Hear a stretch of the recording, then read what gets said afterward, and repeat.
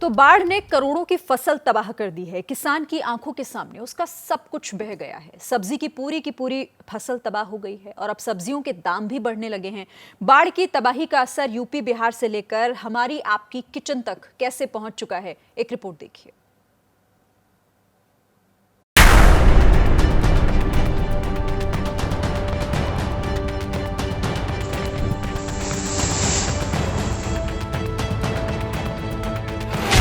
पानी के बहाव से रोड बह गया। कि गाय भैंस जो इनके पास है उसे घर के अंदर ही अपने साथ रखना पड़ रहा है। ये तो जान बचावे लगी अपना रखे हुए हैं। इस तरीके के कोई आसार नहीं दिखाई दे रहे हैं जिससे यहाँ आसपास के लोग थोड़ी राहत महसूस कर सके। ये जो तार है बिजली का, ये आपको नीचे दिख रहा है। ये इतना नीचे है कि पानी से सटता हुआ कई जगह पर है। बहुत अधिक परेशानी इधर के लोगों को बहुत अधिक परेशानी, आना जाना सारा चीज ठप हो चुका है।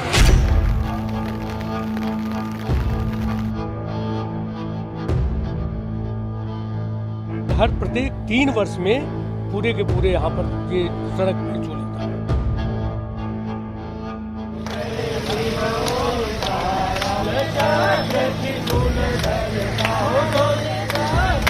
बहुत मजबूर है। नैया सर, नाव दे दीजिए बहुत जल्द सर।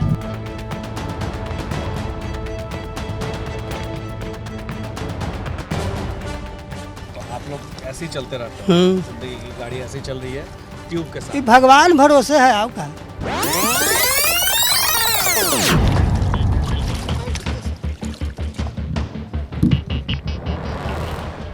टीवी स्क्रीन पर ये जुगाड़ से चलने वाली नाव है जो बाढ़ की विभीषिका के बीच जिंदगी को चलाए रखने में इंसान की मदद करती है। चुपचाप बैठे।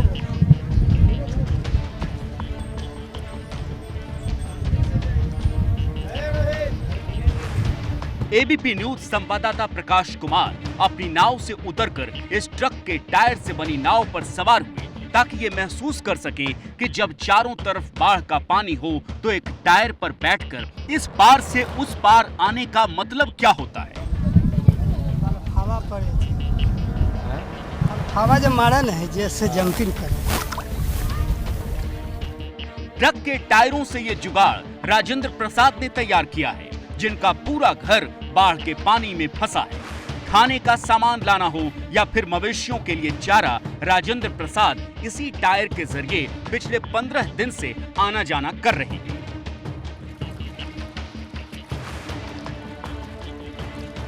मैं इस वक्त सुगुलपुर गांव में हूं और इस गांव में जो घर है आप देख रहे हैं, छप्पर देख रहे हैं, छज्जी देख रहे हैं, पूरा परिवार इनके साथ रहता है। तो ये जो ट्यूब आप जुगाड़ किए हैं, कैसे किए हैं और किस तरीके से आपने खरीद के लाए हैं सर। 800 रुपये ट्यूब है। हाँ, ट्यूब खरीद के लाए हैं। तो कैसे आप लोग इसका जुगाड़ कैसे बनाए? गैस भर दिए, वहाँ ले जाके अथी भी पंचर भी जो गाड़ी घोड़ा बनाता है ना जिसको भी। तो क्या नाव का सहारा नहीं है इसलिए आप? ना, नाव नहीं है। नाव रहता तभी कोई तो खतरा से खाली है सर।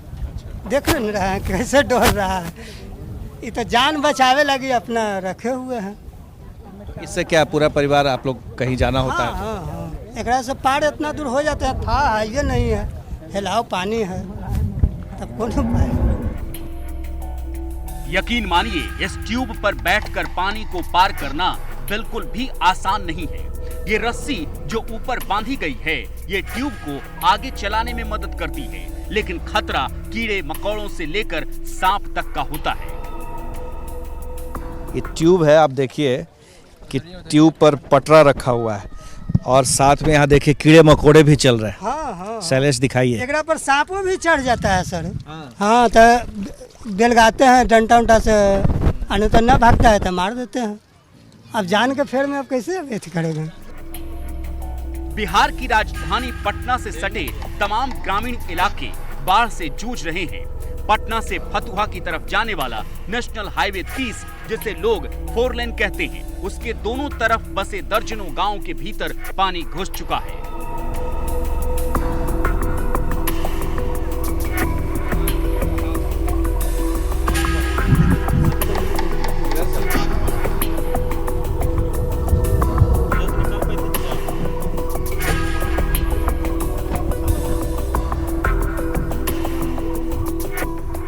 पानी घुसने के बाद इन गांवों के हालात क्या हैं? वहां मौजूद लोग कैसे पानी से संघर्ष कर रहे हैं, ये जानने के लिए एबीपी न्यूज संवाददाता प्रकाश कुमार अपने कैमरा पर्सन शैलेश सिंह के साथ उन गांवों के लिए रवाना हुए।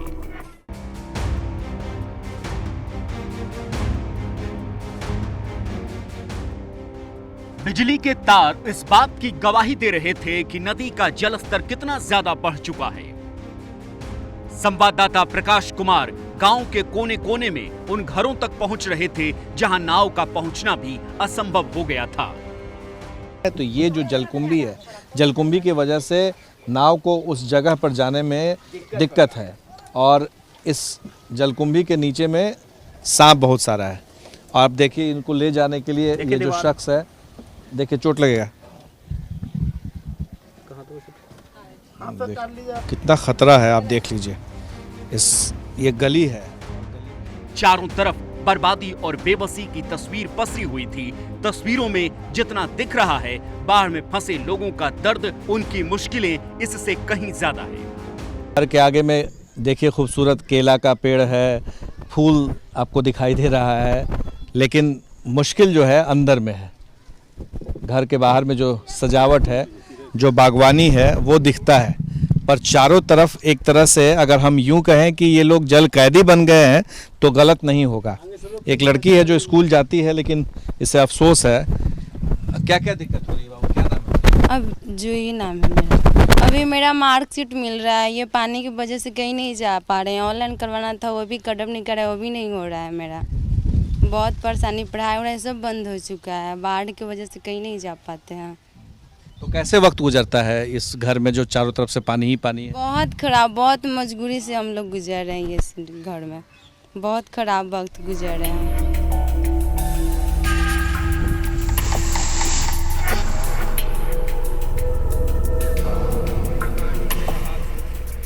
नदी जब अपना दायरा तोड़कर रिहायशी इलाकों में घुस जाती है तो हर तरफ बर्बादी की अंतहीन कहानियां होती हैं और ऐसी ही कहानी फसल बर्बादी की है। नदी किनारे किसान सब्जियां बोते हैं, लेकिन इस साल मॉनसून की बारिश ने भिंडी से लेकर तुरई तक हर सब्जी तबाह कर दी। जहां आपको पानी ही पानी नजर आ रहा है, आप ये सोच रहे होंगे कि आखिर ये कौन सी जगह है। ये नदी के किनारे का एक खेत है जो बड़ा आपको दिख रहा है और इसमें अमूमन सब्जी रोपा जाता है और लाखों का कारोबार होता है। यहाँ के लोग सब्जी उपजा करके पैसे कमाते हैं, आमदनी होती है इनकी, जो सब्जी डूब चुका है। क्या होता है यहाँ पर ज़्यादातर समय में और ख़ास तौर से अभी जिसका नुकसान हुआ? सबसे ज़्यादा भिंडी का नुकसान यहाँ पे ज़्यादा हुआ है। भिंडी सैकड़ों एकड़ में बुना हुआ रहता है यहाँ पे। भिंडी और नेनुआ, कद्दू, ये सब का फसल यहाँ पे डूब गया। और ऐसा नहीं है कि सिर्फ बिहार के किसानों की सब्जी तबाह हुई है। हमने भारत की बात में गुरुवार को आपको वाराणसी के रमना गांव की ये तस्वीर दिखाई थी। रमना गांव में करीब 1 करोड़ की फसल बर्बाद होने की आशंका है। 8000 की आबादी वाले रमना गांव में सबसे ज्यादा सब्जियों की खेती होती है। किसान रो रहे हैं, अपनी पीड़ा बता रहे हैं कि जब जब बाढ़ विकराल रूप लेती है उनका सब कुछ बर्बाद हो जाता है। मेरा गांव कृषि प्रधान क्षेत्र है। हर तीसरे दिन बाढ़ आने की वजह से बहुत ज़्यादा करोड़ों में क्षति होता है। जो बोया था सब बह गया। यूपी से लेकर बिहार तक किसानों की बर्बादी की एक जैसी कहानी है और अब डर ये है कि राज्य के बाकी हिस्सों में बाढ़ के पानी का असर महंगाई के डंक के तौर पर पहुंचेगा, क्योंकि जितनी बड़ी संख्या में सब्जी बर्बाद हुई है उसके बाद उनके महंगे होने की आशंका है। हाँ, सब्जी तो बढ़ जाएगा, भाव बढ़ जाएगा सर। सब्जी की तो भाव बढ़ना ना, कैसे बढ़ेगा? आलू था 90 रुपये किलो, हो जाएगा 100 रुपये पसेरी। उत्तर प्रदेश में बाढ़ की वजह से 24 जिलों के करीब 1178 गांव प्रभावित हैं, जबकि बिहार के 126 गांवों में बाढ़ ने तबाही मचाई है। बाढ़ की वजह से हजारों एकड़ में बोई गई फसल और सब्जियां बर्बाद हो चुकी हैं। सब्जी बर्बादी का असर महंगाई पर कैसे और क्यों हो सकता है, वो समझिए। सब्जी उत्पादन के मामले में उत्तर प्रदेश प्रमुख राज्यों में आता है। देश में कुल सब्जी उत्पादन का 15% हिस्सा अकेले यूपी में होता है। बिहार में 8.24 लाख हेक्टेयर इलाके में सब्जी की खेती होती है और 1.59 करोड़ मीट्रिक टन सब्जी का उत्पादन होता है, जबकि यूपी में 14.57 लाख हेक्टेयर में सब्जी लगाई जाती है और 2.83 करोड़ मीट्रिक टन सब्जी का उत्पादन होता है। मकई का खेत है ये, लेकिन मकई पूरी तरह से डूब चुका है, नुकसान हो गया है फसल का। जैसा कि हमारे नाविक और हमारे जो साथ देने के लिए आए हुए हैं गांव के, उन लोगों ने बताया कि किस तरीके से जो गांव में आसपास में खेत है, पूरा इलाका सब्जी के लिए जाना जाता है, मशहूर है, लेकिन अब सब्जी भी डूब चुका है, मकई भी डूब चुका है, धान भी डूब चुका है, तो फसलों का नुकसान तो काफ़ी ज़्यादा हो गया है। अब अगर दोनों राज्यों में बाढ़ की मार इन सब्जियों पर पड़ी है तो इसका असर देश पर पड़ना भी तय है। लेकिन देखिए, बाढ़ इनके लिए चौतरफा मुश्किल लाई है। पहले तो रोजी रोटी का जरिया बर्बाद हो गया और उसके ऊपर से हर रोज घर के डूब जाने का खतरा मंडरा रहा है। एबीपी न्यूज संवाददाता प्रकाश कुमार राजू प्रसाद के घर पहुंचने की कोशिश कर रहे हैं, जिनके घर के भीतर तक पानी घुस चुका है। विडंबना ये है कि इनका पूरा परिवार एक बेहद छोटे से कमरे तक सिमट गया है और उसी कमरे में इनके मवेशी भी हैं, क्योंकि उनकी जिंदगी भी बाढ़ से बचाने की चुनौती है। ये राजू प्रसाद हैं, उनका परिवार है, छोटे छोटे बच्चे हैं। इन्होंने कहा कि मैं वहाँ पर था तो इशारा करके मुझे बुलाया अपनी तकलीफ दिखाने के लिए, इसलिए मैं रोक नहीं पाया इनके घर में अंदर घुसने से। और मैं आपको दिखा रहा हूँ कि कैसे ये लोग रहते हैं। एक छोटा सा घर है और घर के अंदर में ही मवेशी भी है और यहीं पर आप लोग यहाँ पर भैंस रखे हैं। भैंस भी अजे पर आए, अभी अजे पकाए, पकिया करते हैं, एक दिन पकाते 2 दिन भूखे कैसे चलता है। नीमक रोटी खाते, एक दिन नीमक रोटी पकाते तो एक दिन खाते, कहियो हाय कहियो नहीं, वहू न जुटता है।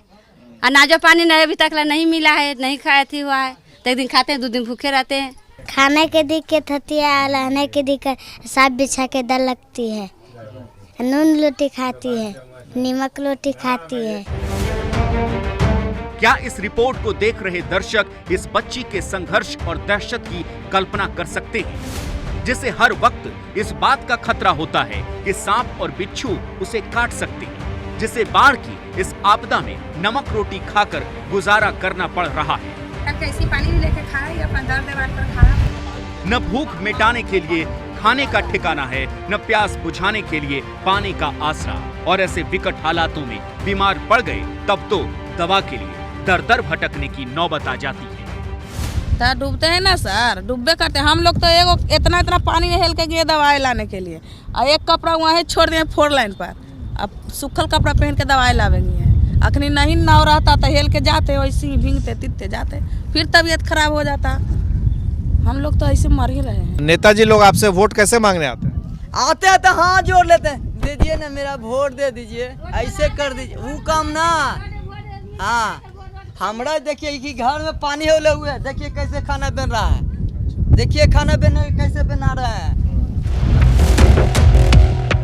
बाढ़ की रिपोर्टिंग का मकसद इन आवाजों को उन कानों तक पहुंचाना है जिनके पास मुसीबत में फंसी जनता की मदद करने की न सिर्फ जिम्मेदारी है बल्कि ताकत और संसाधन भी है। यूपी से लेकर बिहार तक देश के 2 बड़े राज्यों में सरकारें अलग हैं, लेकिन बाढ़ के बाद तस्वीरें बिल्कुल एक जैसी हैं।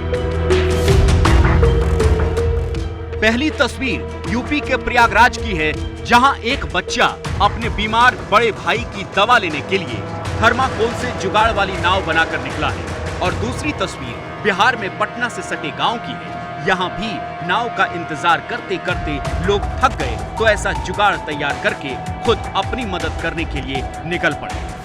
संवाददाता प्रकाश कुमार आपको बता रहे थे कि बाढ़ में फंसे घरों में सांप के आने का खतरा रहता है, लेकिन ये खतरा सच हो गया जब पटना के गुलाबी घाट में मौजूद एबीपी न्यूज की टीम के सामने एक सांप आ गया। पानी के कारण सब बंद हुआ है सर। मैं एक यहाँ पर सांप देख सकती हूँ। गंगा में आए उफान के बाद जो तस्वीर नजर आ रही है वो मैं आपको सबसे पहले दिखाना चाहूंगी। संवाददाता निधि श्री पटना के कंगन घाट पर मौजूद थी, जहां घाट के साथ मंदिर भी डूब चुके हैं। गुलाबी घाट पर रखे शवों को जलाना भी मुश्किल हो चुका है। और ये है बाढ़ की एक और तस्वीर, जिसमें भक्तों और भगवान के बीच ही इतना फासला बना दिया है। चांदपुर के सलोरी में भगवान शिव का मंदिर पूरी तरह से डूब गया है। पुजारी सड़क पर ही आरती की थाली लेकर खड़े हैं और कई फीट दूर से भगवान शिव की आरती उतारी जा रही है।